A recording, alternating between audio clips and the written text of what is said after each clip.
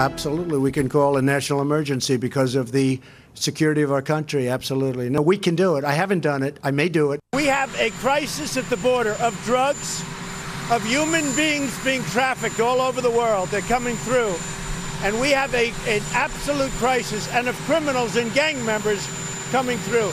It is national security. It's a national emergency. So you've seen it. President Trump floating the idea of declaring that national emergency to completely go around Congress and get that border wall built. Is that what he's going to push for tomorrow night when he addresses the nation from the Oval? Joining me now to answer that question, Counselor to the President, Kellyanne Conway. Kellyanne, there are some Republicans who are worrying that by declaring a national emergency, the president could then open himself up to the months and years of legal disputes and get that all mucked up in the courts. Well, the president is going to address the nation tomorrow, Laura. He's going to lay out the facts and figures of what he considers to be a humanitarian and security crisis at the border. Is he going to talk about the national emergency aspect of it? What he has said about that is that he is considering it. He has never committed to it. White House counsel's office is researching the legal implications of it. But in many ways, would also let Congress off the hook one more time. And so there are probably some people who want him to declare it so that Congress, again, can fail to do its job. The Congress and the courts have failed to do their job. They've given us this crisis. And when people deny the use of the word crisis at this border, it's very sad to me, because what is not a crisis if not an increase in the drugs and the meth, the fentanyl, the cocaine, and the heroin coming over the southern border? 90% of the heroin, the government statistics say, come over the southern border. DHS says there's about a 73% increase in fentanyl coming over the border. Customs and Border Patrol just last year surveilled, captured enough fentanyl to have killed every man, woman, and child. But a wall will take a long time to build. Playing devil's advocate here, I'm all for the wall. The humanitarian crisis is very real too. I mean, it just breaks my heart. I'm constantly being asked, as are you, as a woman, don't you care as a about mother, the children, Kellyanne? Guess what? If you care about the children, you would agree with President Trump that they should not take this perilous trek in the first place. We have this massive increase in family units and we talked about it in the children angle coming here, and if you really care about them, as the Democrats and many news media claim they do, you would deter them from taking this perilous trek in the first place. It's an increase in family units, an increase in people coming from the northern But that requires a legislative fix. It's an issue, sadly, you and I have been going around on this issue for years. It requires admitting that it's true. Congress, and some are denying it. But how do you get Tom Tillis, Cory Gardner, Susan Collins? I mean, they were great on supporting the president on Kavanaugh. They were great on that. But they're getting antsy about this shutdown. I mean, I'm hearing I'm getting calls from people, the shutdown, we got to...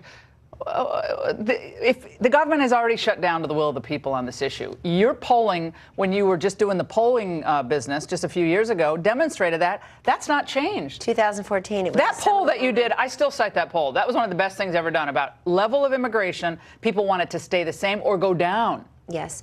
Well, particularly, and by the way, in 2014, you know, President Obama had the children at the border crisis. Secretary Jay Johnson at Homeland Security then wrote some memos I brought with me here tonight, very fascinating read. So we were doing the polling in the midst of that. And even then, Americans agreed that they want these children, by and large, to be returned safely to their home countries. Mexico has offered asylum and visas, safe passage to these Northern Triangle family units and unaccompanied children who are coming here.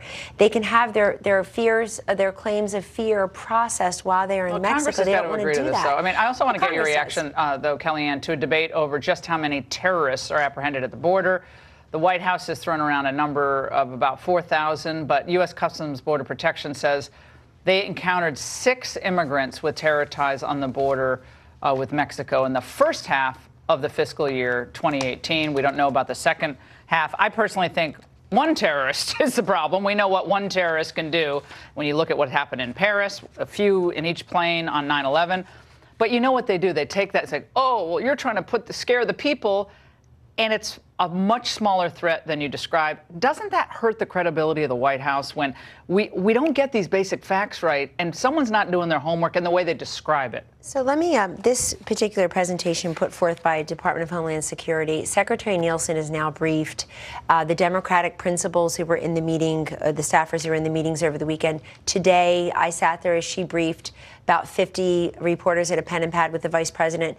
And then she also did it with some other journalist. And I think this is important because on page 3, and as I believe it's on the website as well, this is the 3755 number does not refer to people at the southern border. Quote, known or suspected terrorists prevented from traveling to or entering the U.S. by DHS in FY17. I believe that includes in some international airports where Customs and Border Patrol says overwhelmingly at the airport. But the other 2 statistics on here were about the southern border, so I think it got unfortunately conflated by a colleague. But the apprehensions at the border of gang members, of known criminals, these are all, again, the media has this presentation. If they want to be honest, well, they're cherry picking, but this is what they do. They do it to Supreme Court nominees if they get something off. They do it to all of us. Everyone, like, we all kind of make mistakes. We're talking, all day long. That was an unfortunate misstatement, and everybody makes mistakes, all of us. The fact is, it's corrected here, and anybody who turns a blind eye to the actual numbers of the human trafficking, the increase in the drugs,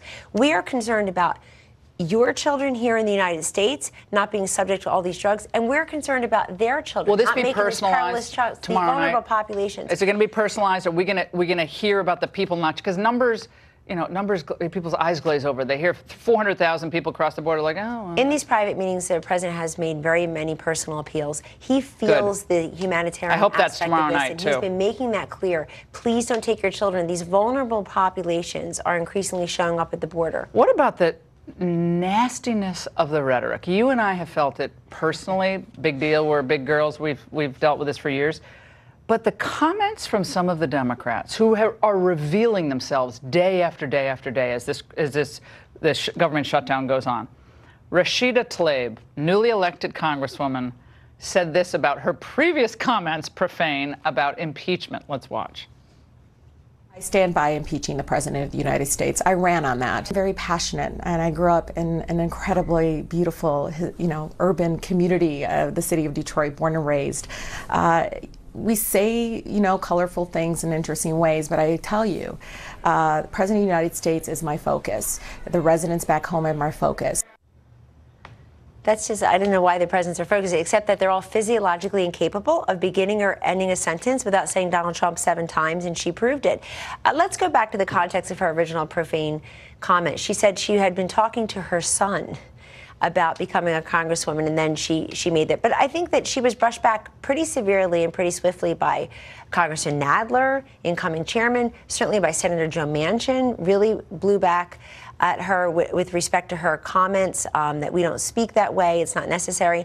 And just this weekend, you saw the Democratic leadership in the House pulling way back on this notion of the I word, the impeachment. They're very worried about, I think, a number of these freshman members particularly coming in here and saying, I thought that's why we were here. You're here to represent the constituents that elected you, and you're here to represent their interests. This president has kept us safe and secure and more prosperous, and if they want to get in the way with that, then they're part of it. He's not going to relent on this shutdown if he doesn't get what he wants. He's not going to relent on border security. His first and solemn duty is to keep us safe. Wall or border security? Well, he has said it's all the same, meaning it will be made of steel now. U.S. steel, American steel. He's compromised. He's already compromised. They're not willing to compromise. He compromised. The $25 billion number was never right. It was never real by the Democrats. But this is important because many people say you should see through it. The Customs and Border Patrol say you need to see through it. The steel slats are better for that. Well, they need to see what's on the other side, is what they say. Well, Kellyanne, the president's listening to them. They're brave, and they're putting their lives on the line at the border. Personalize. Americans love personal stories. No question. Our old friend Ronald Reagan understood that. Personalize everything. Kellyanne, thank you so much.